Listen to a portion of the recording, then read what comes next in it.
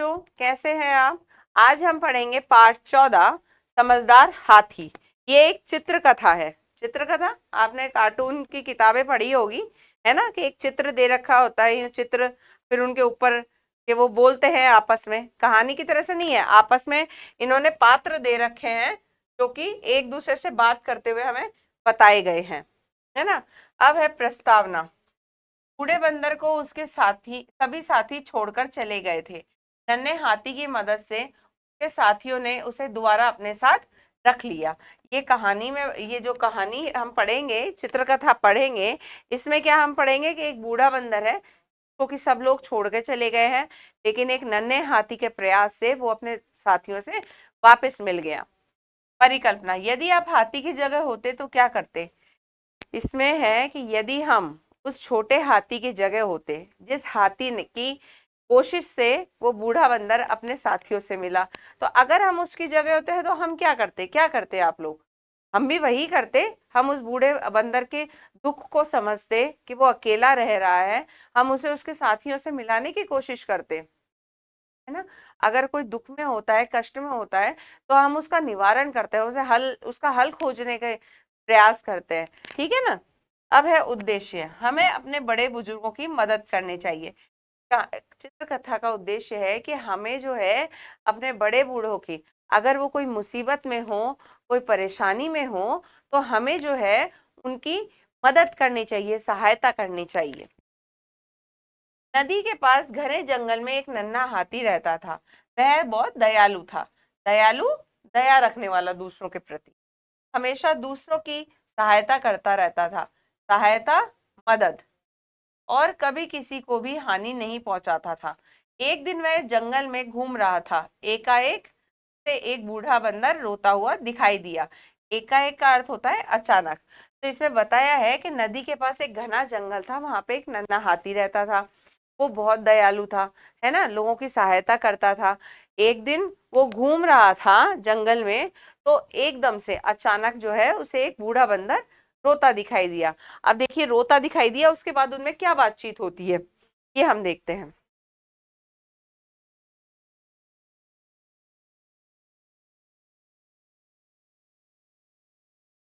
अरे बंदर चाचा, आप रो क्यों रहे हैं? क्या तुम्हें कोई कष्ट है? हाथी बोलता है कि बंदर चाचा क्यों रो रहे हो? कष्ट का अर्थ है कोई परेशानी है ना। बेटा, मैं बूढ़ा और कमजोर हो गया हूँ। मेरे सब साथी मुझे अकेला छोड़कर चले गए हैं। वो बंदर कहता है कि मैं बूढ़ा, बूढ़ा का अर्थ होता है वृद्ध, कि मैं बूढ़ा हो गया हूँ, मेरे सारे साथी मुझे छोड़कर चले गए हैं। तब हाथी कहता है, चाचा रोना बंद करो, तुम्हारी चिंता का निवारण मैं करूंगा। मैं आपके सब साथियों को वापस लेकर आऊंगा। हाथी बोलता है कि चाचा रोना बंद करो, मैं तुम्हारी चिंता का निवारण, निवारण होता है हल, हल निकालना, कि मैं तुम्हारी चिंता का निवारण करूंगा, उपाय करूंगा, तुम अपने साथियों से वापस तुम्हें मिलवाऊंगा। फिर बंदर देखिए क्या कहता है, अगर ऐसा हुआ तो तुम्हारा बहुत उपकार होगा बेटा, है ना, कि अगर ऐसा हो गया तुम्हारा मुझ पर बहुत उपकार होगा, है ना, उसने उसे कहा, है ना। कि मतलब उपकार का अर्थ होता है भलाई, कि बड़ा तुम भलाई का काम करोगे, है ना।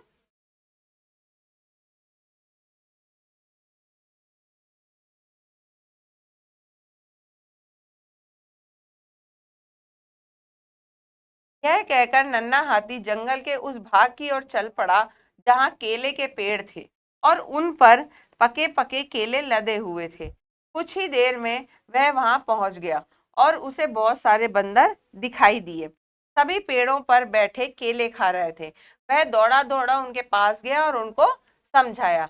अब क्या होता है कि जब हाथी में और बंदर में बातचीत होती है, हाथी बोलता है कि मैं आपकी निवारण करूंगा, आप दुखी हो तो मैं आपको मिलवाऊंगा साथियों से। तो वो क्या करता है कि सभी को ढूंढने के लिए आगे बढ़ता है जंगल में। तो केले के पेड़ होते हैं, बंदर को क्या होता है, केले बड़े पसंद होते हैं, है ना, आप सभी जानते हैं। तो केले के जब केले लदे हुए केले के एक जंगल में जहाँ केले के ज्यादा पेड़ थे, वहां वो पहुंचता है, देखता है तो सारे बंदर जो थे वो वहीं पे थे। फिर वो उनसे बात करता है।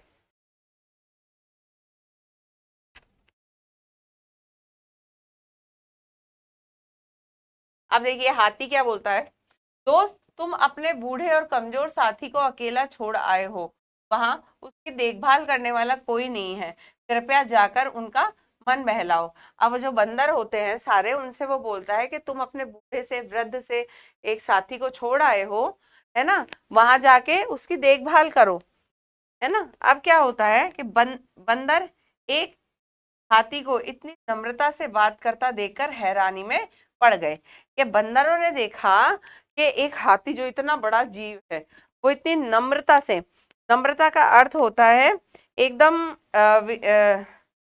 कहते हैं ना, कोमलता से, एकदम नम्र हो करके, है ना, वो बात कर रहे हैं, तो वो हैरानी में पड़ जाते हैं। उसकी बात का सब पर गहरा असर होता है हुआ। सभी गंभीरता से सोचने लगे और फिर थोड़ी देर बाद बोले। अब क्या होता है, सभी जो होते हैं जब उसकी बात सुनते हैं तो असर का अर्थ होता है प्रभाव, तो उन पर प्रभाव पड़ा।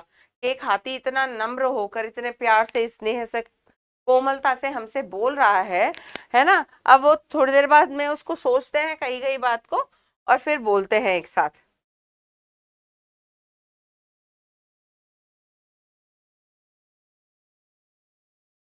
हाथी भैया, हमने सचमुच बड़ी गलती की है, हमें अपने बूढ़े साथी को अकेला और असहाय नहीं छोड़ना चाहिए था, इस कारण हम बहुत शर्मिंदा हैं। अब क्या होता है कि वो बोलते हैं कि हमें जो है अपने साथी को, है ना, हमने गलती कर दी है, हमें अपने एक बूढ़े साथी को अकेला और असहाय, असहाय होता है बेसहारा, है ना, बेसहारा नहीं छोड़ना चाहिए था, है ना। हम बहुत शर्मिंदा है ना, शर्मिंदा होना, हम जब किसी, हमें अपने ऊपर शर्म आती है तो हम बड़े शर्मिंदा होते हैं, शर्म के भाव आते हैं हमारे अंदर। तब हाथी बोलता है, अरे भाइयों, शर्मिंदा होने की जरूरत नहीं है, अभी उसके पास लौट चलो। तब वो बोलता है कि जो है, आप लोगों को शर्मिंदा होने की, शर्म करने की कोई जरूरत नहीं है, आप जो है लौट जाओ उसके पास में।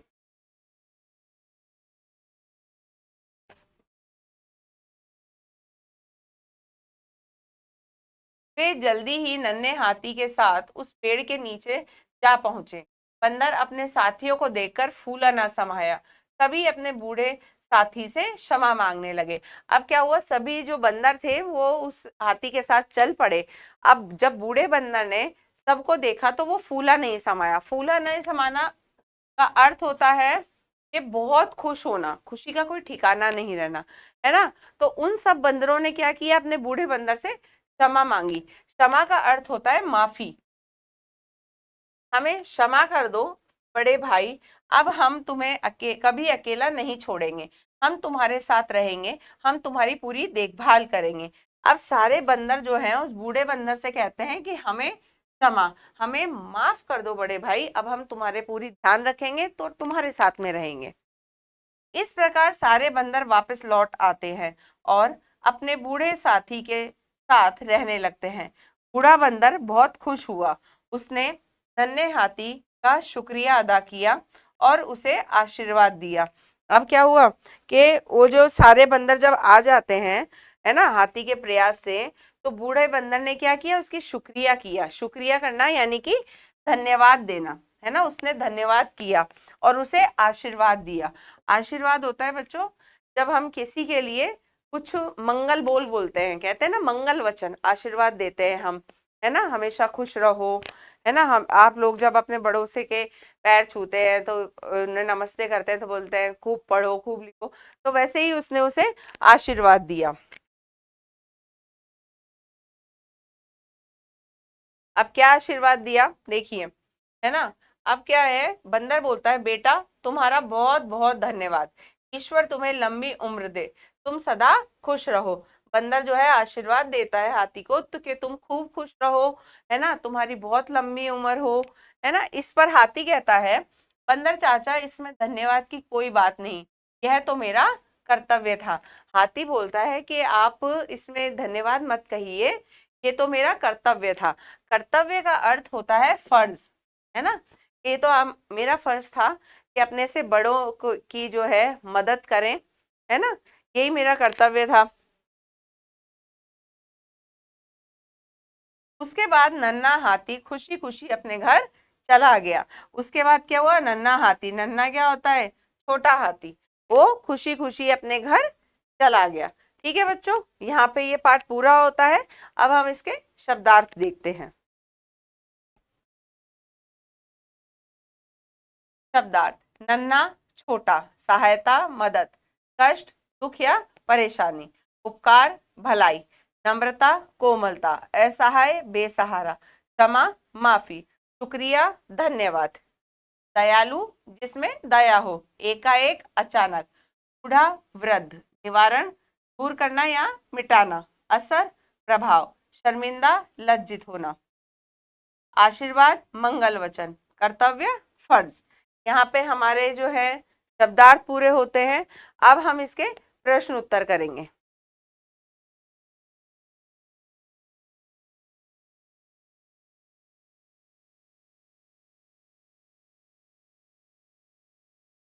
हाँ जी, हाँ, प्रत्येक द्वारा कही गई एक एक बात लिखिए। अब हमें यहाँ पे बूढ़े बंदर की और नन्हे हाथी की एक एक बात को यहाँ पे जो उन्होंने बोली हो वो लिखनी है। बूढ़ा बंदर, तो बूढ़ा बंदर क्या बोलता है आखिर में, बूढ़ा बंदर बोलता है कि तुम्हारा धन्यवाद करता हूँ, है ना, और उसे आशीर्वाद दिया था कि हमेशा खुश रहो, है ना। ये देखिए, ये देखो बेटा, तुम्हारा बहुत बहुत धन्यवाद, ईश्वर तुम्हें लंबी उम्र दे, तुम सदा खुश रहो।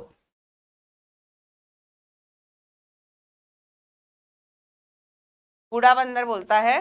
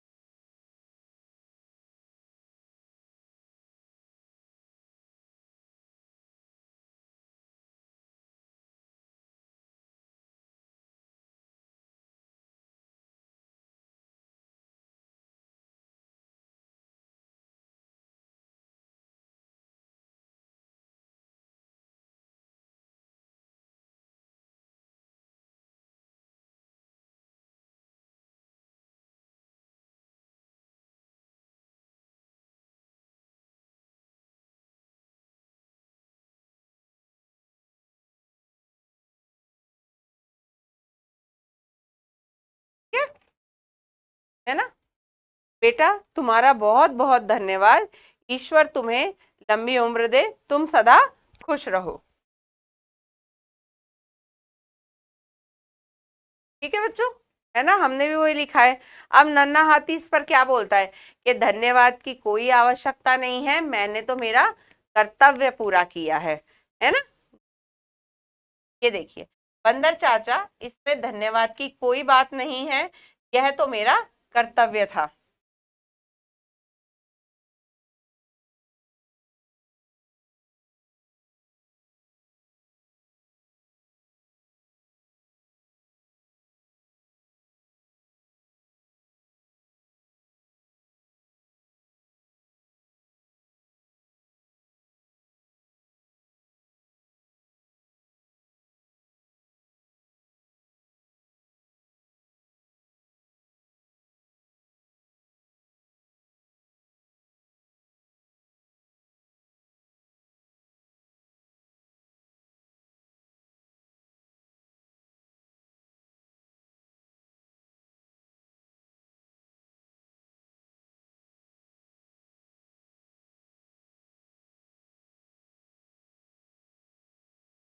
ठीक है बच्चों, यह तो मेरा कर्तव्य था।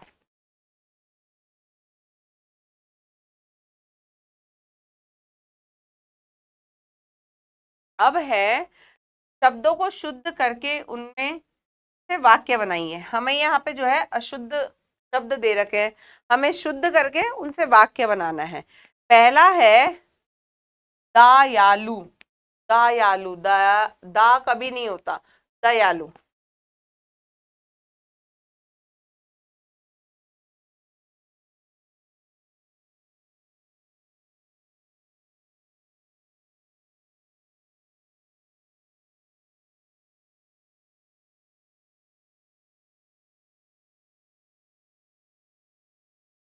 दयालु है ना, छोटा हाथी बहुत दयालु था। अब है एक एक, एक नहीं होता, एकाएक।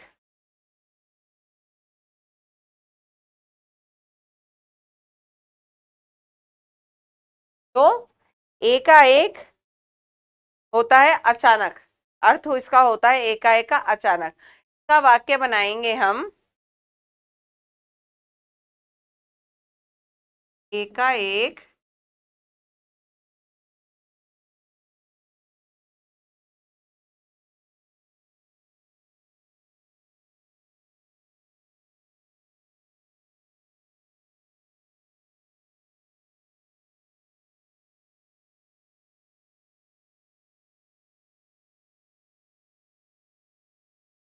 एकाएक अध्यापक जी कक्षा में आ गए। अब है निवराण, निवराण नहीं होता है, निवारण,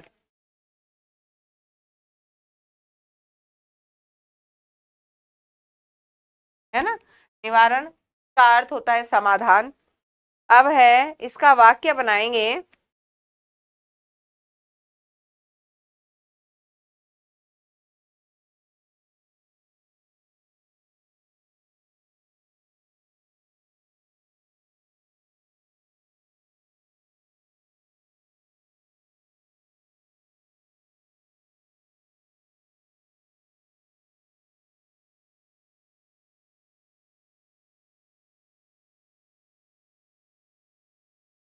अध्यापक जी ने मेरी समस्या का निवारण किया, है ना। ठीक है बच्चों, ये यहां तक आपके सबके समझ में आ गया। अगला देखते हैं, नम्रता, नम्रता, नम्रता। नम्रता का अर्थ होता है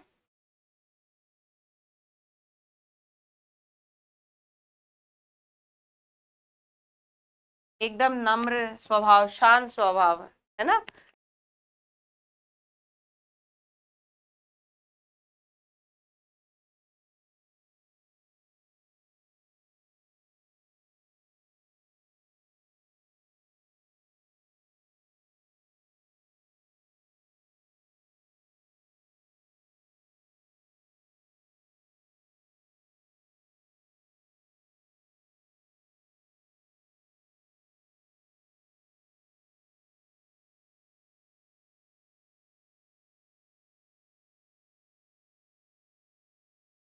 सीता सभी से नम्रता से बात करती है। अगला है असाध्य नहीं होता, असाध्य, है ना, तो साधा ना जा सके, है ना।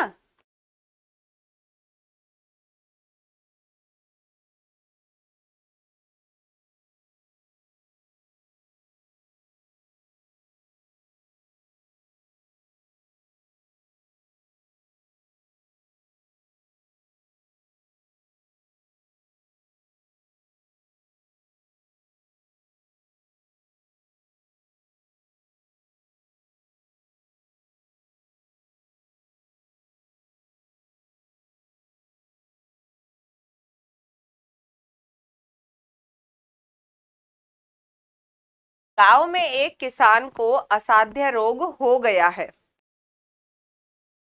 आशीर्वाद, लेकिन ये अशुद्ध लिखा हुआ है, आशीर्वाद ऐसे लिखा जाता है ना। ये इसका अर्थ होता है मंगल वचन। बंदर ने हाथी को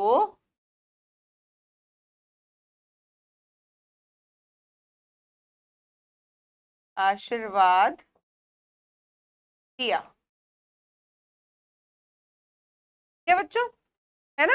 अब अगला प्रश्न है, सही विकल्प के सामने सही का चिन्ह लगाइए। हमें यहाँ पे प्रश्न पूछे गए हैं, उसके कुछ विकल्प है, तो हमें जो है सही वाले पर सही का निशान लगाना है। पहला प्रश्न है, नन्हा हाथी कहाँ घूम रहा था? जंगल में, उद्यान में या खेतों में? तो नन्हा हाथी कहाँ घूम रहा था? जंगल में। अब दूसरा प्रश्न है, जंगल में कौन रो रहा था? बूढ़ा हाथी, बूढ़ा बंदर या बूढ़ा किसान? तो कौन रो रहा था? बूढ़ा बंदर। तीसरा है, बंदर क्या खा रहे थे? सेब, अनार या केले? तो क्या खा रहे थे बंदर? केले।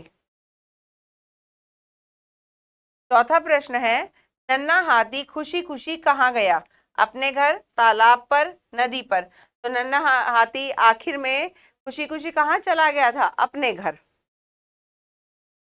ठीक है बच्चों, यहाँ पे ये पाठ हमारा जो है वो पूरा होता है ना। हमने जो इससे सीख ली वो हमेशा याद रखनी है हमें, कि बड़ों का और जो वृद्ध जन हैं, जो बूढ़े व्यक्ति होते हैं, बूढ़े इंसान होते हैं, हमें उनकी मदद करनी है ना। हमें पूरा प्रयास करना है, पूरी कोशिश करनी है कि हम उनकी समस्या का निवारण कर सकें। ठीक है बच्चों, तो अब हम आपसे मिलेंगे अगले पाठ पर।